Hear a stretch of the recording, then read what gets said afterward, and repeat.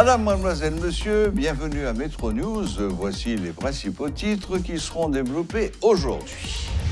Fin de la mission de l'ambassadeur Kenneth Merton comme chargé d'affaires américain en Haïti. Le diplomate s'est dit déçu de n'être pas parvenu à aider à résoudre la crise sociopolitique qui ronge le pays. Le politologue Joseph Harold Pierre fustige l'ambition individuelle des politiciens haïtiens et leur manque de culture qui, selon lui, les empêche de s'entendre et de faire des compromis.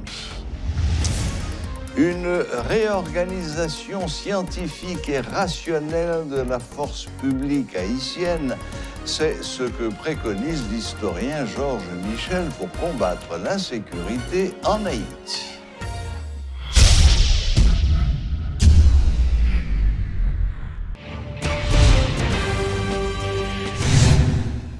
La mission pour l'actuel chargé d'affaires américain en Haïti, l'ambassadeur Kenneth Merton, a pris fin. Pour faire le bilan de son travail en Haïti, le diplomate a rencontré des journalistes, dont notre collaborateur Jean-Jules Desauguste. Il se dit personnellement déçu de n'être pas arrivé à aider à résoudre la crise sociopolitique qui ronge le pays. Suivez un extrait de cette interview accordée à la presse. Bon, honnêtement, j'ai encore moi très attaché au pays d'Haïti. C'est le 4e séjour moi ici dans le pays. Moi, je vois un pays qui est frustré, qui a peur, qui par contre qui gens pourra joindre la vie pour les mois, les années à venir. Nous avons fait un effort pour encourager les Haïtiens à mettre les têtes ensemble. Je ne peux pas dire situation meilleure, je ne peux pas dire c'est pire. Moi, je vois une situation globalement où le pays a souffert parce que pas une vision claire pour le pays pour avancer vers les élections et pour résoudre les problèmes politiques qui gagnent. Il y a un certain vide, nous connaissons mieux que moi, dans toute position de l'État d'Haïti. Et au fin de compte, éventuellement, il faut gagner des élections pour remplacer, pour mettre les gens sur le vide qui gagne. Mais, dans l'opinion du pays États-Unis, il faut que nous fassions un petit travail pour améliorer la situation de sécurité dans le pays à tout. Et équipe nous qui peut aider la police nationale d'Haïti pour venir au mois de mai, ils pourront commencer à travailler. Il y a une équipe qui vient du pays du Canada tout, ils pourront venir pour essayer de faire entraînement tout, formation et le pays de la France a aidé tout. Il y a envoyé en la France pour qu'ils puissent joindre un entraînement tout. Eh bien, nous avons déjà augmenté l'assistance nous. Nous avons déjà augmenté l'assistance envers la police nationale d'Haïti. Nous avons plusieurs véhicules. Nous avons un pile équipement protecteur et nous avons continué à faire ça. Mais le pays est vraiment dans une position difficile. Honnêtement, il faut souligner que je ne travaille pas pour le pays d'Haïti, je travaille pour le peuple américain ici dans le pays. Et moi, je n'ai aucune autorité pour faire un bagage pour Haïti vraiment. Moi, c'est un ami pays d'Haïti. Moi, je fait effort pour améliorer les relations pays États-Unis avec le pays d'Haïti. Mais ce n'est pas moi-même qui ai une responsabilité pour ranger tout le problème qui gagne dans Haïti. Nous t'avons aidé. Mais nous t'avons suivre l'idée qui gagne par le leader haïtien.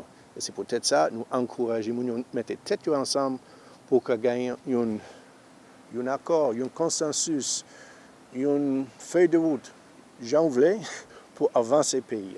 Non, pas l'impression que c'est un pire. C'est un gaspillage de temps, honnêtement. Le pays a souffert parce que les gens ne peuvent pas parler avec l'un à l'autre. Et ça commence petit. Mais d'après moi-même, les pays États-Unis, tu as un dialogue plus robuste entre parties prenantes qui ont besoin de chita parler pour joindre un accord pour avancer le pays. Haïti ne changera pas tant que sa classe politique ne sera pas mieux formée et les partis politiques mieux structurés, selon le professeur Joseph Harold Pierre. Il a fustigé l'ambition individuelle des politiciens haïtiens et leur manque de culture qui les empêche de s'entendre et de composer. Le problème qui a passé dans la mairie et le problème qui a passé dans la discussion des partis politiques, une explication, c'est que nous avons une culture de débat et de discussion en Haïti. Mais l'Ichita son bagaille avant tout. Nous ne sommes pas capables, sincères, en utiliser mot ça, nous ne sommes pas capables de sincériser la politique là. Et c'est un mot qui est très, très, très important dans la culture politique. Pas de confiance dans le monde. Je ne peux pas dire ça, je pense. Vous pensez le différent ailleurs? Oui, l'expérience montre les différents ailleurs. Moi, a fait thèse, moi, soit en Amérique latine, moi, voyage en pile en Amérique latine, moi, travaille en Amérique latine, expérience différente. Pas un coup de bas? Bien sûr, non. En politique? Non, bien sûr, ça c'est une expérience humaine, il y a un coup de bas. Mais, c'est que l'autre problème dans tout, c'est que dans le pays, il va poser problème pays. Mais le plus gros problème pays d'Haïti, c'est que nous ne pas poser problème pays. Chacun a défendre intérêt personnel. Il y a une grande incapacité en Haïti pour nous faire ensemble. Capacité pour nous poser un problème, mais nous un problème de groupe. Et ça, c'est une question fondamentale dans le pays. Donc, chacun a défendre intérêt personnel. C'est ça qui fait qu'on ne peut pas arriver à entendre son bagage. C'est là le vrai problème. Et ça, tout les pour avec absence de sincérité. On a discuté problème pays, mais c'est faux, c'est pas problème pays, on a discuté. Donc, qui ça gain pour faire? Qui jeune qui sorti dans ça? C'est peut-être moun, tant que l'autre, qui sincère avec tête, qui ont une certaine influence et qui commencent à orienter jouet là. En pile fois, le problème n'a pas résoudre, c'est parce que les gens qui ont influence, ils ont refusé sincériser, ils ont refusé sincère avec tête pour orienter jouet politique là dans le pays d'Haïti. Et de façon générale, donc, parce que c'est là le vrai problème. Nous n'avons pas une culture politique, nous n'avons pas une culture de discussion et de débat, ça c'est une. Et ensuite, nous n'avons pas posé problème pays, ça c'est deux. Et troisièmement, les gens qui ont influence, ils ont refusé sortir dans la dynamique ça. Mais qui ça qui mettait nous dans l'état nous là. Célébration des 10 ans d'existence de l'Académie nationale de police ce lundi 11 avril, une institution qui a déjà formé plusieurs cohortes d'inspecteurs et de commissaires, se réjouit le directeur de la PNH. Franz Elbé a profité de l'occasion pour demander au gouvernement et aux partenaires internationaux de continuer à supporter l'Académie et de mettre à la disposition des cadres des formations adaptées leur permettant de faire face à des situations complexes. De son côté, le ministre de la Justice et de la Sécurité publique, Maître Berthaud Dorcé, a annoncé la création incessante d'une loi cadre visant entre autres l'amélioration des conditions des policiers victimes dans la pratique de leur métier. À partir le 11 avril 2012, la structure organisationnelle de la PNH, après 18 ans d'attente.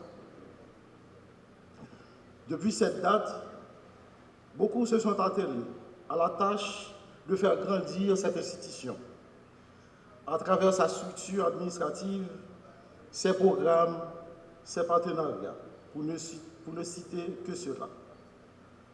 À cet égard, je tiens à étendre mes remerciements aux cadres qui ont dirigé cette institution avec beaucoup de professionnalisme, compétence et sérieux, lui permettant de compter en ses effectifs des cadres administratifs, des professeurs très qualifiés pour accomplir sa mission de formation.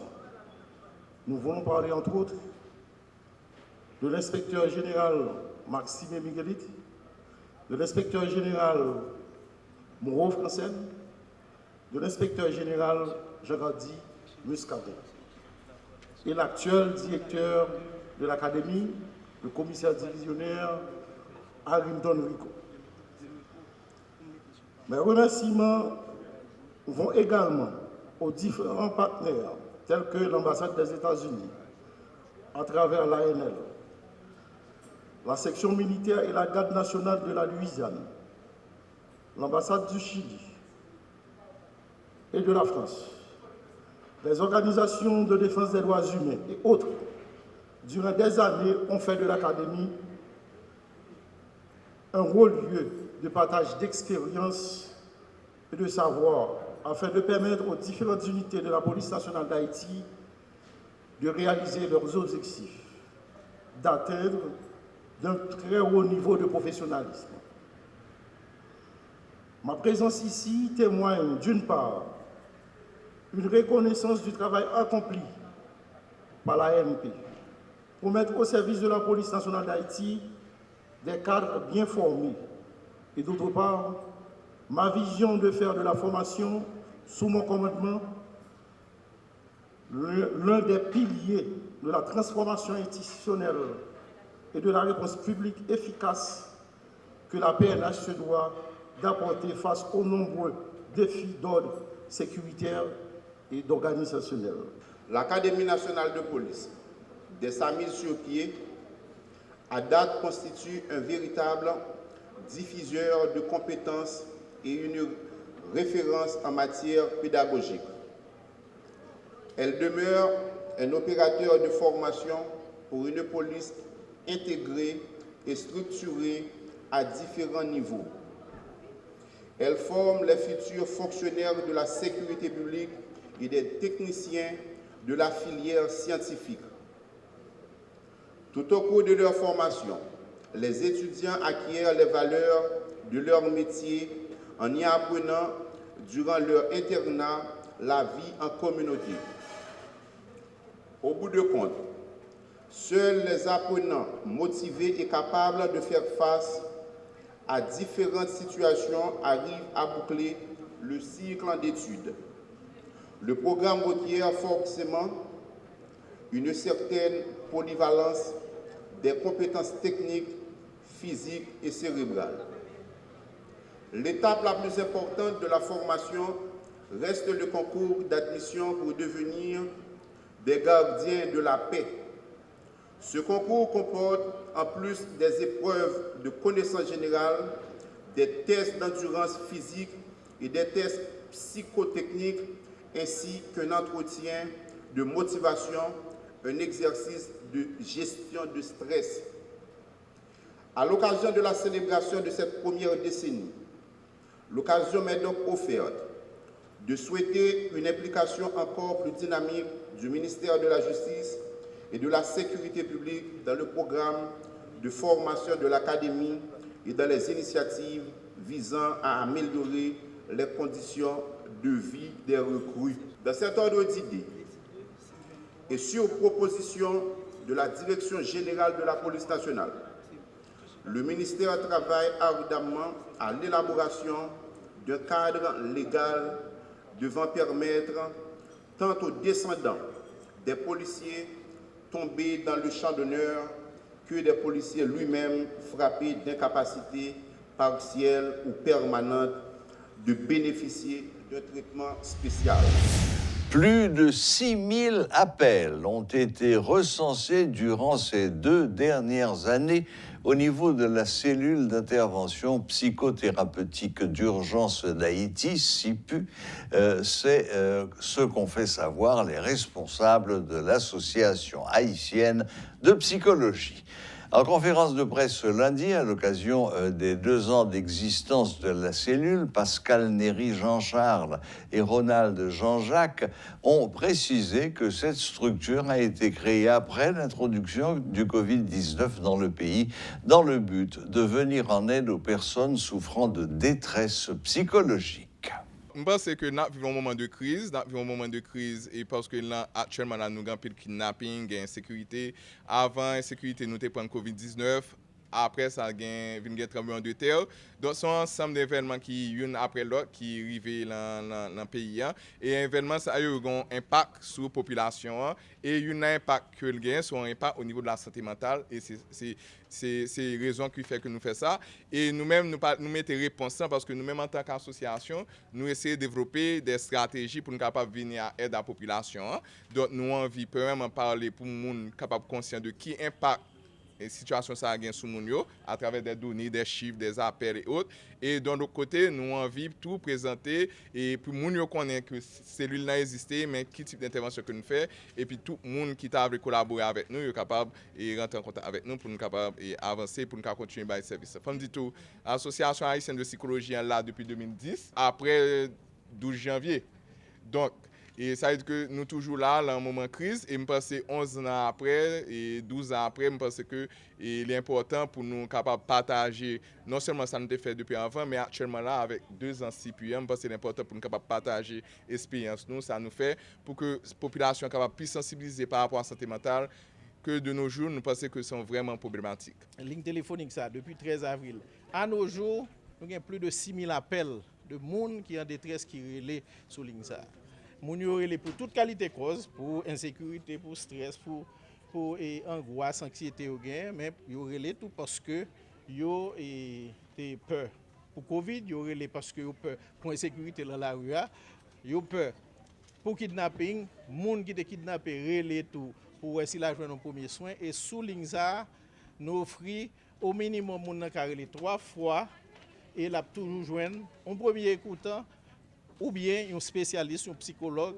C'est le téléphone moun nan relé, tous les téléphones digitales les relé son ligne digitale met à disposition nous, c'est gratuitement moun nan relé, il parler pendant 15 minutes, 30 minutes, 1 heure de temps avec premier écoutant. Voilà, la boucle est bouclée. Merci de nous rester fidèles. Très bonne semaine à toutes et à tous et à la prochaine. Même heure, même chaîne.